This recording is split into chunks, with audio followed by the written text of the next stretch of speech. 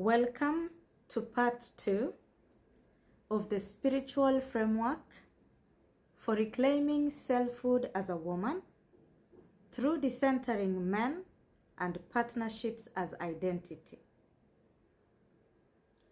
I am going to go deeper today. But first I would like to say that sometimes the spiritual languaging can be a little off, and just bear with me, give me your time. We will together simplify it. So today I'm going to talk about 5 things. I'm going to start with the soul level origins.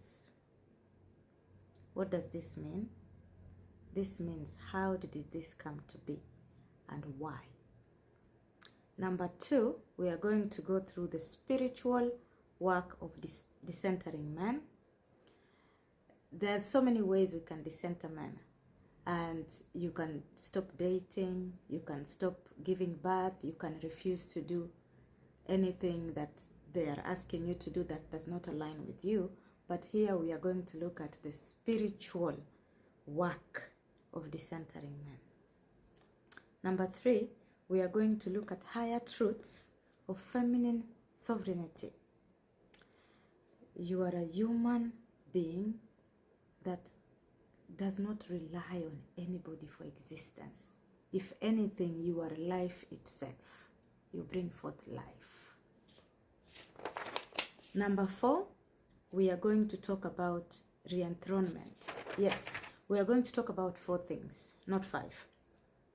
So I'm going to begin by looking at the soul level origins, and the first point with this is projecting the divine masculine onto unprepared vessels. We are taught this from patriarchy, we are taught this from the culture we live in.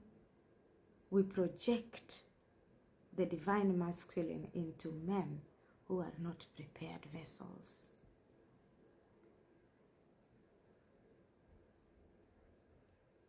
An example of this: feeling deeply connected to a man early on because of soul memory, mistaking potential for alignment.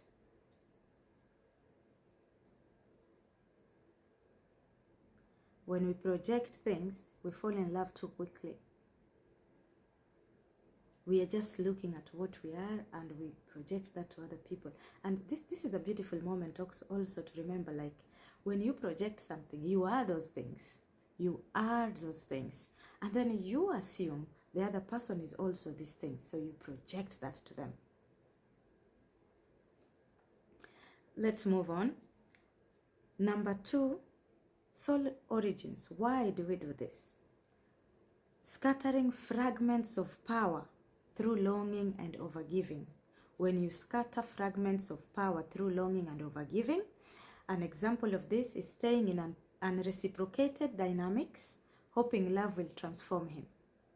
Women do this a lot. We hope if we are just good to him, if we love him too enough, if we do things for him, he will love us. This is part of scattering fragments of power through longing and overgiving. Number 3, why? Inherited karmic contracts of energetic leaking. What emotional labor have you normalized because it was modeled by the women before you? Let me ask that question again. If you need to write it down, write it down. What emotional labor have you normalized because it was modeled by the women before you? I'm not going to answer that question for you. You have to sit down with that question and think about it. Another why, the soul origins of why we center men. Externalizing wholeness into partnership identity. I have done this. I have felt at some point that my life was complete, but I was only missing one thing.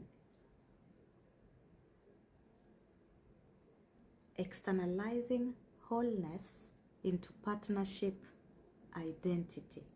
An example of this, only feeling complete when someone desires you romantically. Sit with that. Think about it.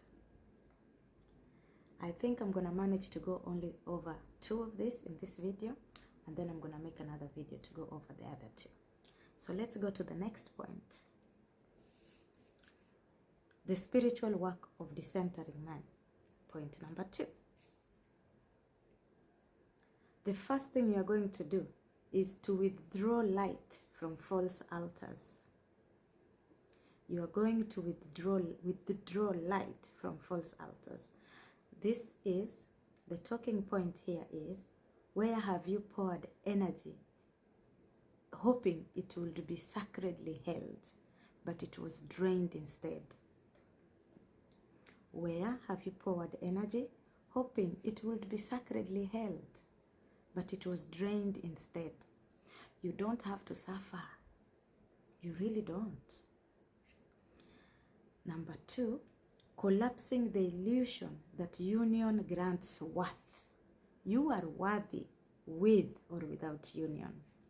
An example of this, believing a relationship is the proof that your healing has worked.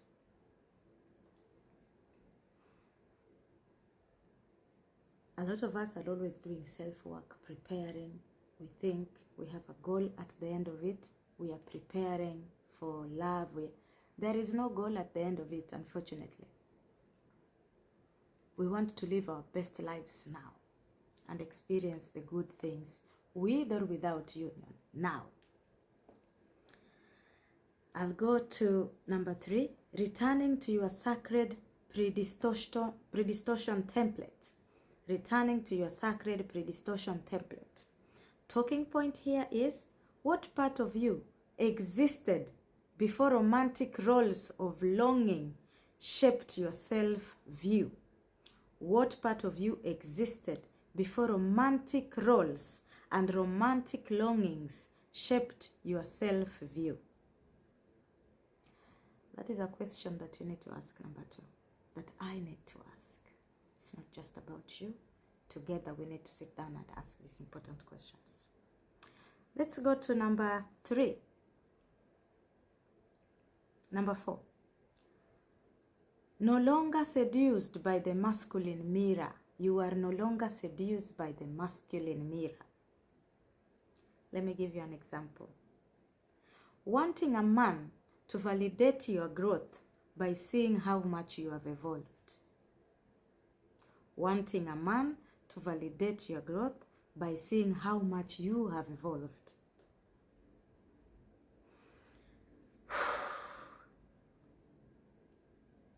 Number 5, ending the loop of emotional erasure. We have to end the loop of emotional erasure. How does this show up? Making your needs smaller to be easier to keep. You know, don't eat 6 eggs and don't shower. Don't use a whole tissue paper. You still make your needs smaller so that they can love you.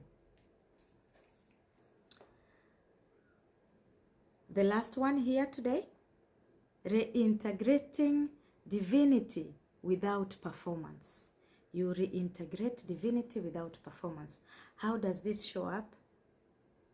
What does it mean to be divine even when no one is watching? What does it mean to be divine even when no one is watching? So, we have looked only at 2 points. I thought I would have time to go through the 4 points. We have looked at the soul level origins and the spiritual work of decentering man.